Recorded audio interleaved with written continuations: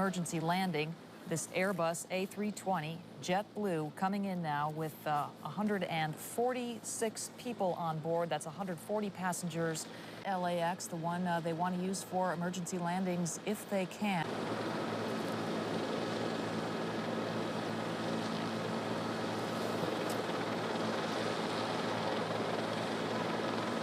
Seen a lot of smoke, but so far it's still intact.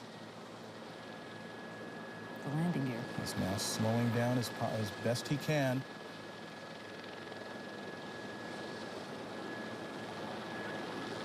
End of the runway. Mighty strong landing gear here.